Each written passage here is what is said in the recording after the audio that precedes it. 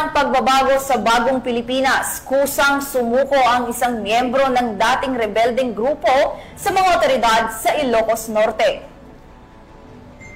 Ang kusang pagsuko ng isang dating rebelde sa Ilocos Norte ay malinaw na patunay ng tagumpay ng mga programang pangkapayapaan ng pamahalaan sa ilalim ng Bagong Pilipinas at nagpapakita ng epektibong ugnayan sa pagitan ng pulisya at komunidad sa pagsusulong ng kapayapaan at seguridad sa bansa. Ibabalita yan ni Police Master Sergeant Robert Basan Abilia Jr. Isang dating kasapi ng rebeldeng grupo ang kusang loob na sumuko sa mga otoridad nitong Hulyo 13, 2025 bandang alas 10:30 ng umaga sa Barangay Sacritan, Pinili, Ilocos Norte.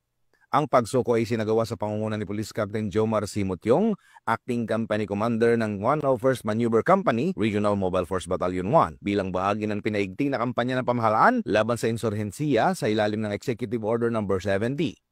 Ang dating rebelde na kinilalang si alias Aing, 38 years old, ay isang magsasaka, dating miyembro ng Communist Terrorist Group, nakaanib ng CPP-NPA mula 1999 hanggang 2001 sa ilalim ng Franklin Ariola Command na pinamumunuan noon ni Kasitong.